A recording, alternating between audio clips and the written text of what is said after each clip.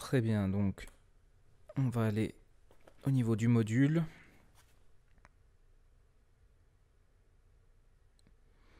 Et on va activer si ce n'est pas déjà fait. Donc nativement ça l'est pas. Donc à nous d'activer les options pour le user ID. Ensuite on peut aller regarder ce qui se passe au niveau du site. On va aller regarder dans la console. On va aller regarder dans le data layer. Ok, donc là on voit. Voilà, c'est ici. Au niveau du user ID, on a les éléments.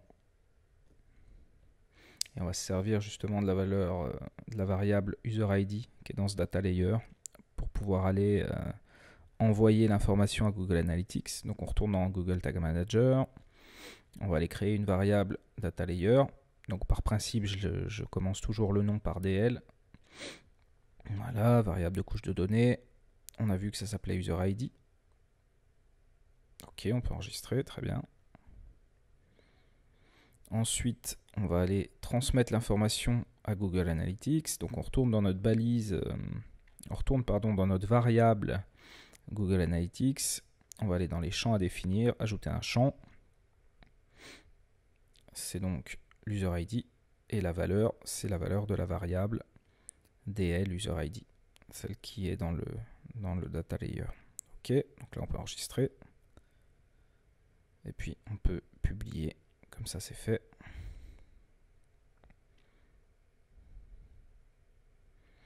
Voilà, maintenant il va falloir aller paramétrer la vue user ID dans Google Analytics. Donc on vient dans la propriété user ID, on accepte les règles relatives, ok, on active. L'unification de session, on la veut, c'est important. Ça va unifier ce qui se passe avant la connexion et après la connexion. Voilà, on crée la vue. Ensuite, on va lui donner un nom, user ID, ça me paraît assez simple.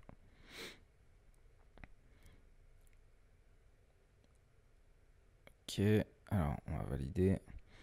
Bon, je me rends compte là que j'ai pas modifié le fuseau horaire.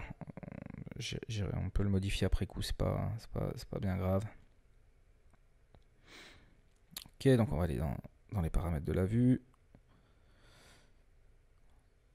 On va aller exclure les robots. Ça les exclut pas tous, mais c'est quand même une bonne pratique. Changer la devise. Ok, voilà, juste on change le fuseau horaire, puisque on n'est pas aux États-Unis, on n'est pas à l'heure du Pacifique. Puis ça a un impact quand même sur les données ensuite, donc on se met bien. Ok, donc là j'ai enregistré. Juste quand même par principe, on va aller également réactiver le e-commerce ici, parce qu'on veut savoir, au niveau du e-commerce que ça donne le comportement des utilisateurs qui sont logués. On va aller de nouveau remplir les étapes pour pouvoir faire le tunnel de checkout.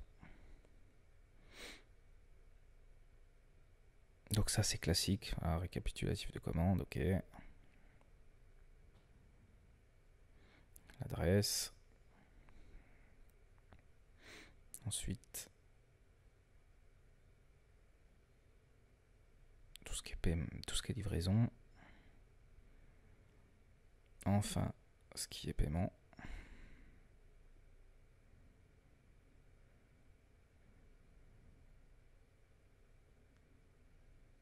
Et la confirmation de commande.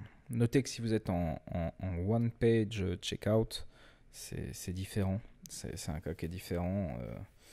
Et auquel cas la configuration de ce truc là est différente également. Mais on verra ça dans une autre vidéo. Ok,